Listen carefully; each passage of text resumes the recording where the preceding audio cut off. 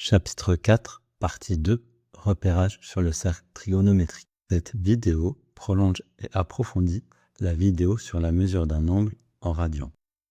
Dans la vidéo précédente, nous avons démontré que des mesures en radians de l'angle orienté OI, OJ sont pi sur 2, moins 3 pi sur 2, 9 pi sur 2. Dans cette vidéo, nous allons montrer que ces mesures diffèrent bien d'un nombre entier de tours, puis nous introduirons la représentation de la mesure générale de l'angle OI-OJ. Comme nous l'avons vu dans la vidéo précédente, lorsqu'on établit la mesure d'un angle en radians, il existe souvent une mesure qui vient plus naturellement. Cette mesure pourra être appelée mesure principale de l'angle. Pour l'angle OI-OJ, il s'agit de pi sur 2. Il n'existe pas de définition unique de la mesure principale d'un angle. Les autres mesures se déduisent de la mesure principale en ajoutant un multiple positif ou négatif de 2π.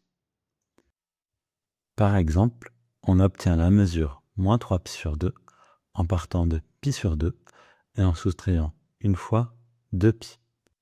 On peut comprendre ce résultat par le calcul.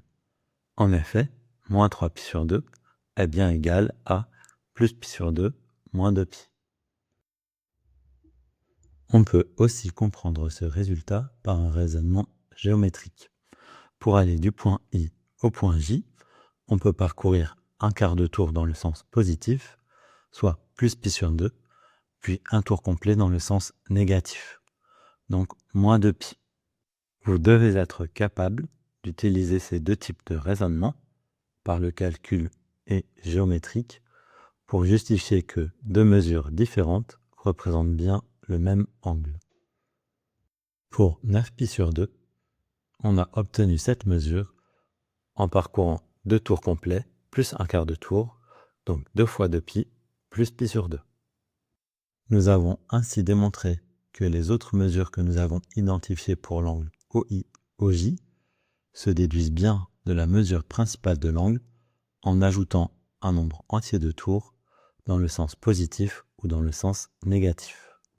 Dans le cadre du programme de première, vous devez retenir que la mesure d'un angle en radians est définie à un nombre entier de tours près dans le sens positif ou négatif.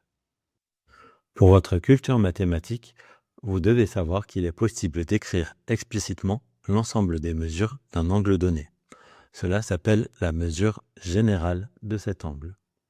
Pour l'angle OI-OJ, étudié dans la vidéo précédente et dans celle-ci, la mesure générale est construite en partant de la mesure principale π sur 2 et en ajoutant n'importe quel multiple de 2π, puisqu'un tour complet mesure 2π. Un multiple de 2π s'écrit k fois 2π, où k désigne n'importe quel entier relatif, c'est-à-dire positif, négatif ou nul.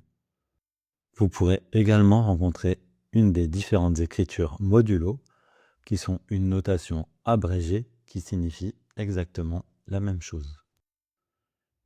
Utiliser ces différentes représentations, mesure générale ou modulo, excède le programme de première générale.